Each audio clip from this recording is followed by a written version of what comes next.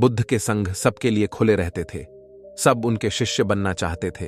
कुछ लोगों को बुद्ध सीधे अपने संघ में शामिल कर लेते थे, तो कुछ को कहते थे तुम एक दिन रात के लिए शमशान में जाकर रहो। इसी प्रकार एक व्यक्ति बुद्ध के पास आया और कहा, मुझे अपना शिष्य बनाएं।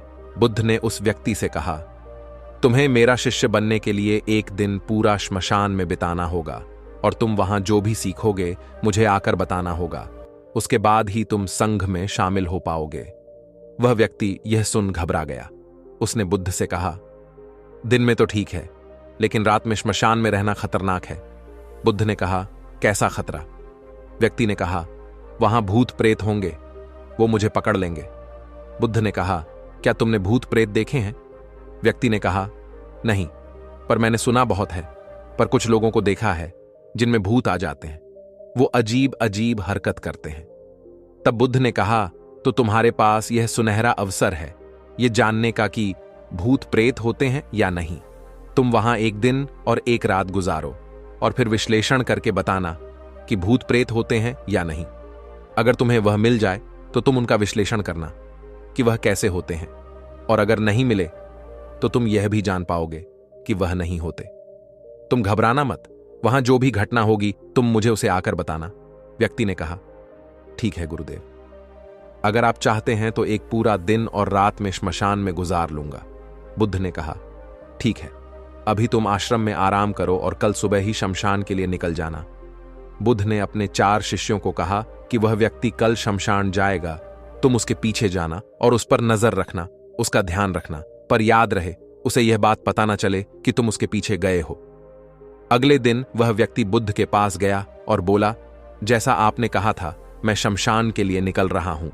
बुद्ध ने उस व्यक्ति से कहा, ठीक है, अब तुम जा सकते हो। वह व्यक्ति शमशान गया। अगले दिन वो व्यक्ति बुद्ध के पास आया। बुद्ध उसे देख मुस्कुराए और बोले कि तुमने एक पूरा दिन पूरी रात वहां गुजारी, तुमने क्या देखा और सीखा? व्यक्ति ने कहा, मैं वहां सुबह सुबह गया। कुछ देर बाद मैंने देखा कि कुछ लोग एक अर्थी लेकर आ रहे हैं। कुछ लोग सामान्य थे तो कुछ लोग बेहद खुश थे। वह कह रहे थे कि उस व्यक्ति ने अच्छे कर्म किए हैं, यह बहुत किस्मत वाला है। उस बुजुर्ग के बेटे ने अपने पिता की चिता को अग्नि दी। वो कुछ देर वहां खड़ा रहा। उसके बाद एक एक करके सब लोग जाने लगे।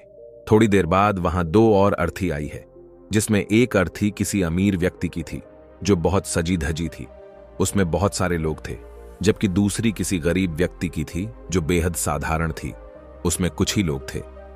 अमीर व्यक्ति की चिता चंदन की लकड़ी पर जलाई गई, जबकि गरीब व्यक्ति की साधारण लकड़ी से।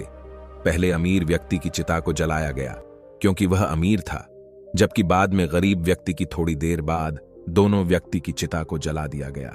उसके बाद सभी लोग वहां से चले गए, लेकिन मैं वहीं खड़े उसे देखता रहा। बुद्ध ने कहा, तुमने उनकी चिता को देख क्या समझा? व्यक्ति ने कहा, बुद्ध दोनों की चिता समान थी, दोनों के शरीर उस चिता में जल भी एक साथ रहे थे। उसके बाद दोनों उसमें जल गए। अंतिम में जो बचा वह भी एक जैसा ही था, उसमें कुछ अलग नहीं था।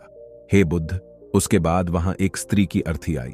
उस स्त्री का पति बहुत दुखी था और वहां आए सभी लोग भी काफी दुखी थे। वो सभी उसके पति को सांत्वना दे रहे थे। हे बुद्ध, उसमें मैंने देखा कि बहुत लोग काफी ज्ञानी थे जो ज्ञान की बातें कर रहे थे। वह सब महाज्ञानी कह रहे थे कि यहां तो एक दिन सबको आना ही है। जीवन हमें ज्ञानता और परोपकार से जीना चाहिए। किसी को कभी भी कष्ट नहीं देना चाहिए। धन के पीछे हमेशा भागकर कुछ नहीं होता। अंतिम में हम सबको एक दिन श्मशान में जाना ही होता है। उसके बाद वहां कोई नहीं आया और मैं पूरी रात वहीं पर रहा और अगली सुबह आपके पास आ गया।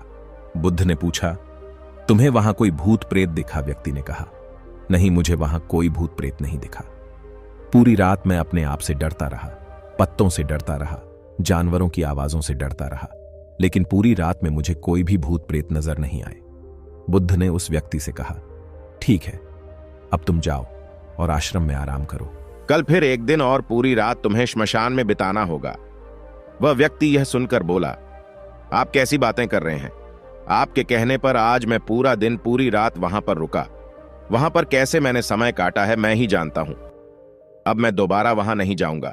बुद्ध ने कहा, देखो, जो खास चीज तुम्हें वहां जाकर मिलनी है वह तुम्हें अभी तक नहीं मिली है। तुम एक दिन और वहां रुको, एक रात और वहां रुको, तुम्हें वह अवश्य मिल जाएगी। व्यक्ति कहता है, ठीक है, मैं आपके कहने से एक बार और चला जाता हूं। यह कहकर वह व्यक्ति आश्रम में आराम करने लगा। अगले दिन वह व्यक्ति फिर बुद्ध का आशीर्वाद लेकर वहां से श्मशान के लिए चला गया। एक पूरा दिन बिताकर वो अगले दिन फिर बुद्ध के पास आया। बुद्ध ने पूछा, तो तुम्हें वह चीज मिली? व्यक्ति ने कहा, हां, मुझे वह मिल गई। बुद्ध ने पूछा, तो बताओ तुम्हें वहां क्या मिला? व्यक्ति ने कहा, मैंने देखा कि कुछ लोग शाम को मुझे अर्थी पर लेकर आ रहे हैं। मेरे पीछे कुछ 15-20 लोग चल रहे हैं और मुझे 4 कंधों पर उठा रखा है। मेरे पिता आगे आगे चल रहे हैं। कुछ लोग मेरे ऊपर फूल फेंक रहे हैं और मेरे कुछ रिश्तेदार मेरे पीछे चल रहे हैं। वो लोग बहुत दुखी हैं। मेरे पिता और भाई भी बहुत दुखी हैं। कुछ उन्हीं में से दुखी होने का नाटक कर रहे हैं, तो कुछ लोग मेरे पिता को सांत्वना दे रहे हैं। वही दूर खड़ा मेरा भाई बेहद दुखी है। कुछ लोग उसे सांत्वना देकर बोल रहे हैं कि तुम ही अब सबके इकलौते वारिस हो, तो कुछ लोग कह रहे हैं यह गलत हुआ। वह लड़का तो अभी जवान था, अभी तो उसने कुछ देखा भी नहीं था और उसके साथ ऐसी घटना हो गई। तभी मुझे अर्थी पर लेटा दिया गया और सारा क्रियाकर्म किया। मैं यह सब अर्थी पर लेटे देख रहा था।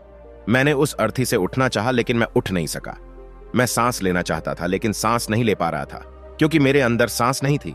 मैं अपने पिता को गले लगाना चाहता था, लेकिन मैं उठ नहीं सकता था।